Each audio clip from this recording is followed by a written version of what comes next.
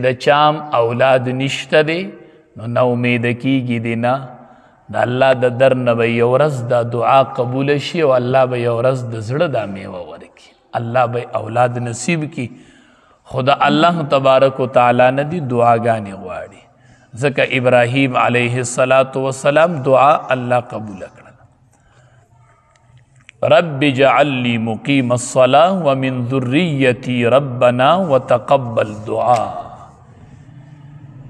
ابراہیم علیہ السلام دعا کی رب اجعل لي مقیم الصلاة اے رب زما اگرزے ما پابندی کون کے دمانز ومن ذریتی او دا اولاد زمانا ربنا وتقبل دعا اے رب زما دعا قبول کی علماء وائی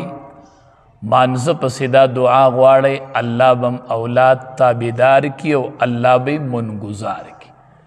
مونږ مانزه پسې دا دعا نه غواړو چې رب اجعلني مقیم الصلاة ومن ذریتی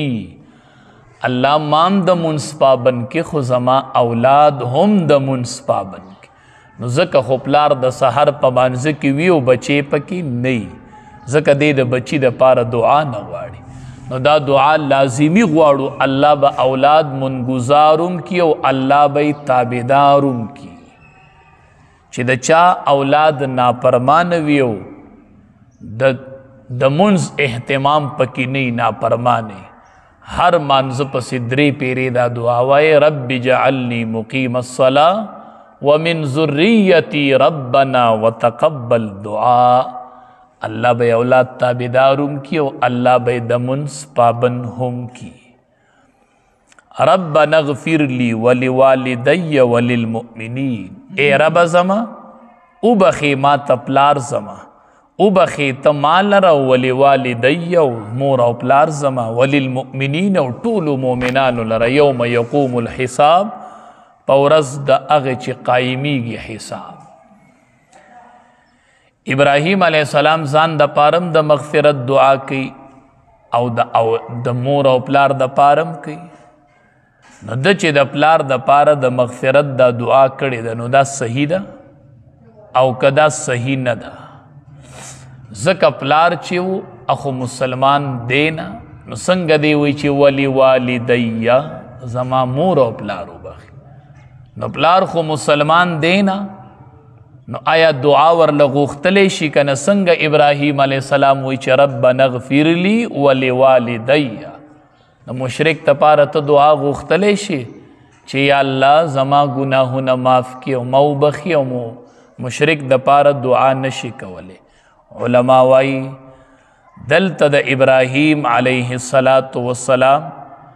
دا دعا چې وه دلته د مغفرت نه مراد هدایت دی ربنا اغفر لی ولوالدی الله ما وبخي او زما مور او پلار ته هدایت وکړي نو دلته مغفرت په حق د والدینو کې د پاره د هدایت دی نو د مشرک د پاره خو د هدایت دعا غوښتلی شي چې الله په نیکه لارې کې نو دلته مغفرت په معنی د هدایت دی یا علما وایي چې د دې وجې نه ده ورله دعا کړې وه چې د ده تمه د ایمان وه چې دی به ایمان راوړي دا تمه یې لرله چې کله د ابراهیم علیه السلام د پلار د ایمان په تمه و او علم ورته نه و ځکه یې ورته دعا کړې وه د مغفرت چې کله ابراهیم علیه السلام ته ښکاره شوله چې د ده نه د ایمان تمه نور نشته او دی ایمان نه راوړي بیا ورله دعا د مغفرت نه ده کړې فلما تبین له بل آیات کې شته دی چې کله واضح شوه دلته چې انه عدو لله نو تبرأ منه نو دتی نبیا براءت اختیار کو